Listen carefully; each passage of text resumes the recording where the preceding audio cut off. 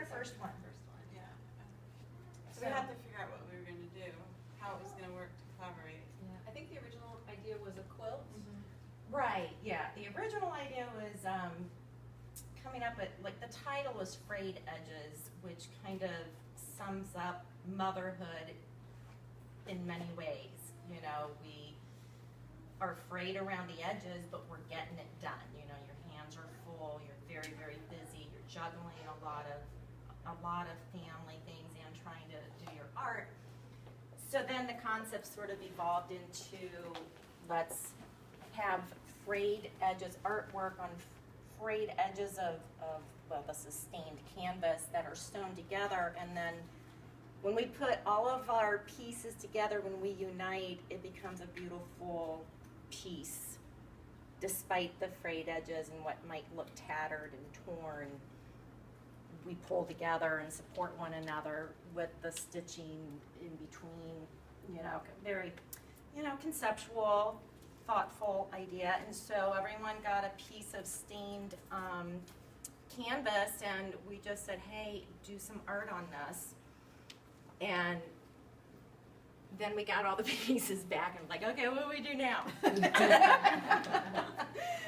that was so much fun though. We had a really good time figuring out how we were going to coordinate everybody's artwork into one piece.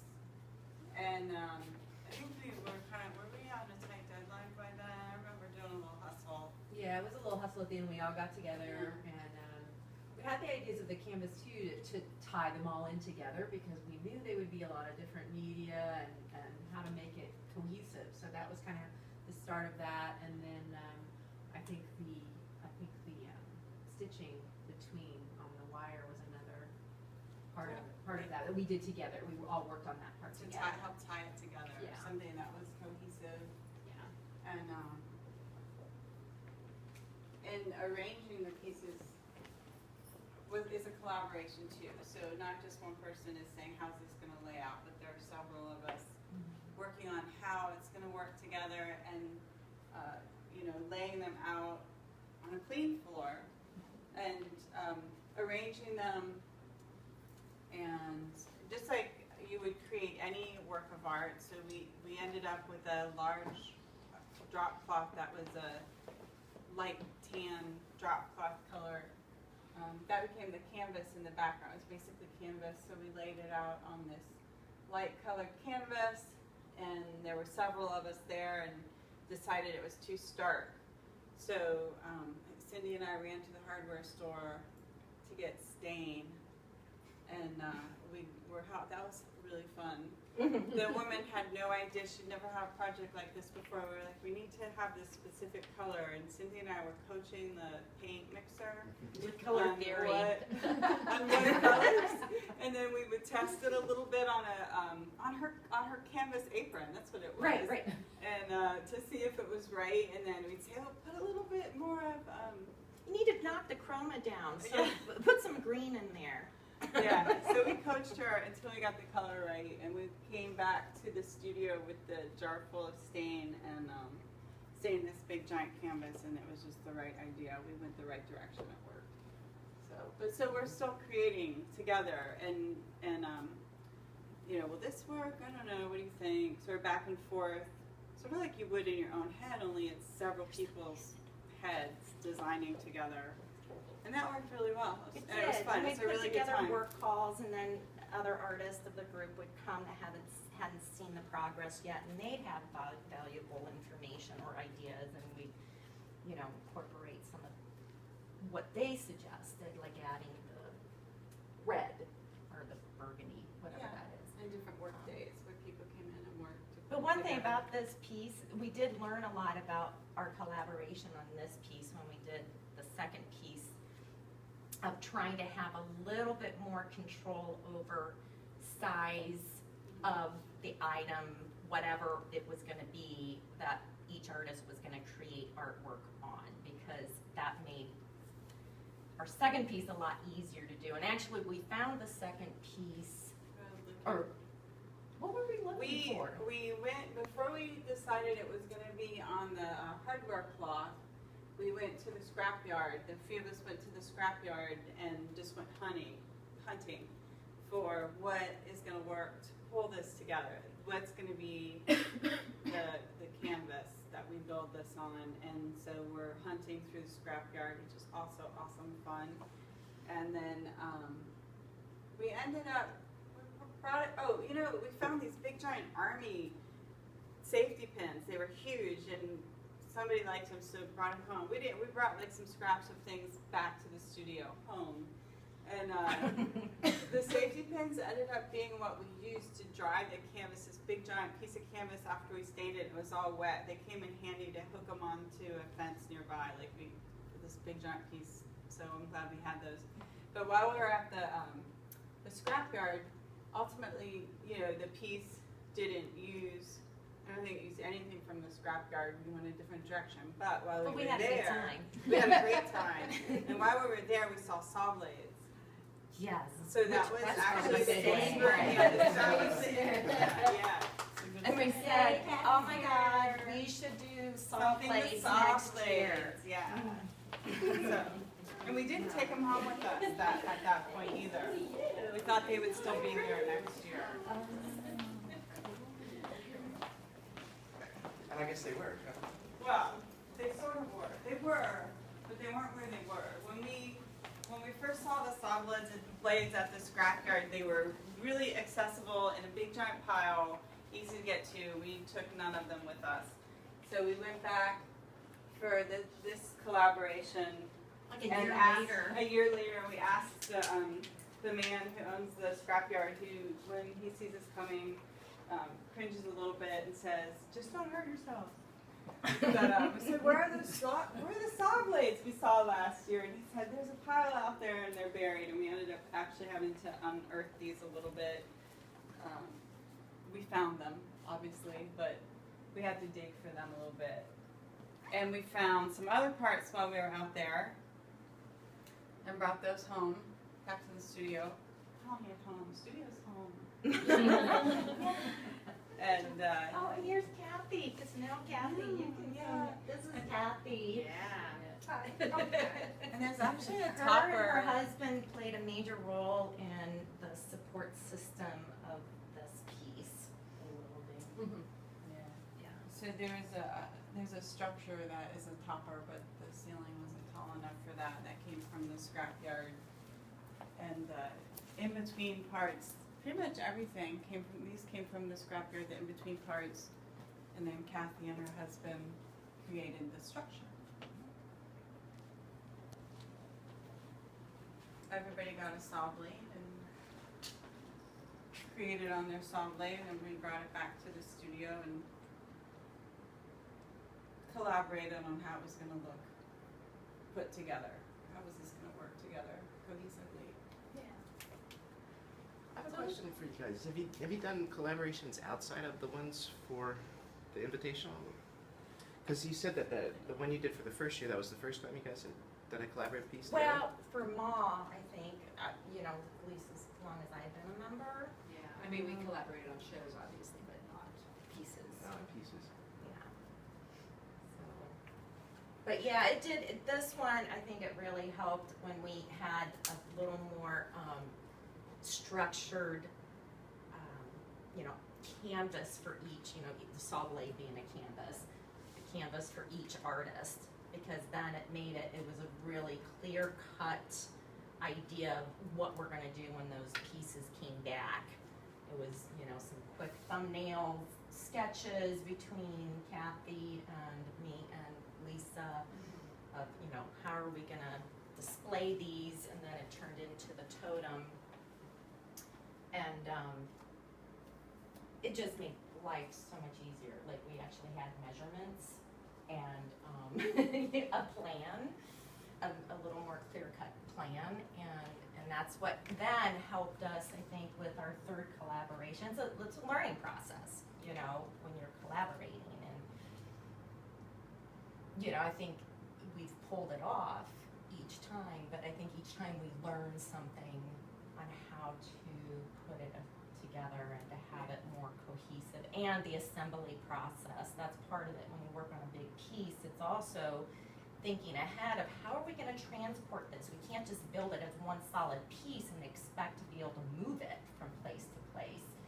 So, you know, it has to be that, like, engineered in a way where you can disassemble it, assemble it, and you're not gonna damage anything in the process. Something that helps us succeed is that I don't think anybody ever cuts anybody else down. So if there are 3 of us in the studio putting together, coming up with what the final piece is going to look like, all ideas are accepted, not knocked down. I am a really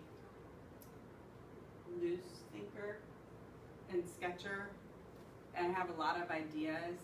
I would say Kathy is at the far extreme where she works in a very tight, structured, concise manner. So if I scribble something on paper that's very loose and free, Kathy's able to translate that into something really structured. And at no point, and whatever parts I bring, whether we use them or not, or Cindy brings, or whoever brings parts, it's not competitive, and it's not, nothing's ever, oh, that stinks, it'll never work. All ideas contribute and are useful, and we build upon them, and that helps us work and collaborate, and that comes very naturally. Yeah, for there's us a as stage of group. experimentation Right. that we go through. So when somebody says, well, how will this look next to this, and why don't we try this and this, and then we all do that, you know, we give everybody that voice and that moment to try what their insight is saying. And so then we look at it kind of objectively, step back and look at it and say, is that working, and is it not working, and why? So then if it's not working, then we change it, we flip things around, or we make another arrangement. And that's like in that process after we've got the product. There's also that same sort of thing that happens before we have a product when we're actually talking about the ideas. So the same thing takes place, only it's with just an idea. So how are we, you know, somebody will throw out an idea and somebody will throw out another idea. And then we'll look at those very objectively and say, what's going to work and what isn't? How can we make this work, and will it work? And that's the really cool thing, that we allow everybody, allow is kind of a bad word, but we let everybody, you know, have their input, and then we very professionally look at it and say, is this going to actually work? And it's inspiration. So if I say something, whether it's going to work for this piece or not, it might spark the next step. So if everybody states their idea and plays with it, that's inspiration for the next step. I do think that that's something that from the group from the beginning has always been about empowering each other and supporting each other, and I think that's carried through. Like, it's always been you go girl, you know, or how can I help you go girl, you know. And so I think that's definitely part of the group, and the people who have stayed along for the ride are the people that have really gelled with that. I do have a question about that. For me, since I've been administrating the competition, we've had several all-female groups participate, and I think all the all-female groups have at least considered doing a collaboration. Not all of them have submitted one, but they've all considered it. I don't think any of the mixed gender groups have considered doing a collaboration. Do you think there's anything? Is it a more collaborative environment being in a single gender group? But we were talking about, the other night we had a conversation about being nurturing. Yeah. And Yeah. so maybe women are more maybe predisposed to being nurturing, whether you're a mother or not. And we're mothers, so we're in hyperdrive. We are. We're super nurturers. That's our superpower. That's right. Well, you know what else I think along with that is because of us being, you know, mothers and being busy, and a collaboration piece sounds so much more doable as an individual in this group than having to do one piece all by myself, and you have to do your own piece, and you have to do your own piece, and everyone has to do their own piece. If there's, you know, a tight deadline or whatever's happening in your life at the time is just so hectic, you're gonna have to say, I can't do that. But if it's presented to the group, all right, we have this collaborative piece. If everyone does this much instead of this much, we can get it done. And then we all feel like, yeah, I can do that. I can do that much. I have the time to do that. Can I tag on to that? I don't know if we're ready to move to the other piece, but also Kathy mentioned ideas, and I love the meeting where we came up with the idea for this piece because it was such a tight deadline. It was like 2 weeks, and I saw Kathy going like, no. We were coming up with like, Yeah, plan like B the and Kathy, plan C. like, and we were all like, we can do this. Yeah, we can make this happen, and it did. It just really came together. Yeah. All the ideas started flowing, and then Cindy showed up, and Yeah, let's move to the Okay. piece. So why not a mixed gender group collaborating? I think that there's a couple of interesting things about that. That do you want to represent your group as an individual? Are you more identifying with the group as the group, or are you just an individual in the group? So for us, it's not about the individual necessarily, although there is a lot of support for the individual artist. It's definitely more about how well we can support one another. So for us, it's almost what we do. So it makes more sense to do a collaborative piece. And also there's no like one really strong person here. So with a mixed gender group, there may be the sense that as a woman you wouldn't have as much input as a man. That's just part of our society. And so we kind of like scoot around that because we don't have to do that. Not to say that we don't have stronger, individuals in this than others. I mean, you have all kinds of personalities.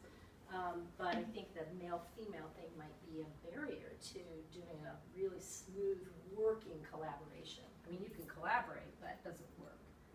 So with this, I think that there's kind of an evenness in the actual working, putting the piece together. And I mean, I would just like to say that over the years, there's been an ebb and flow of who's been sort of the driving force as people's lives have changed and they've had to step back, and then other people have stepped up, and Right. that's definitely a part of the group dynamic. And listening to us talk about how we collaborate, it's the same process that I do for my own work in designing. What's the idea? What does it look like on paper? What's going to work? What's not going to work?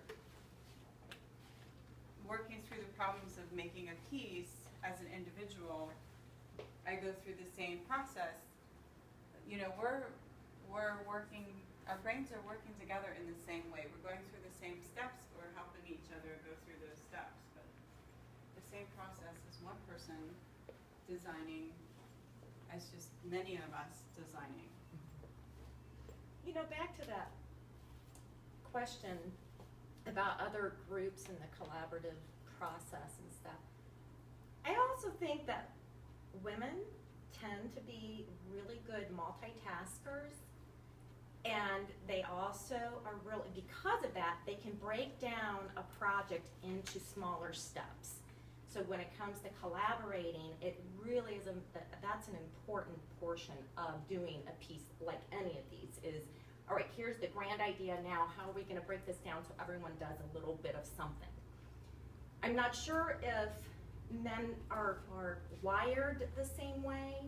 It's more like, it's my project, I'm gonna get it done. I don't think they are maybe as equipped to break down a process into smaller tasks to delegate to another individual. And I think that all ties into being able to multitask. You're able to multitask because you can break down a really large project, several large projects, and do a little bit at a time of each of them in a day. Does that make sense? That's why we should be president. We should be president. Yes. Yes, we should just say. A collaborative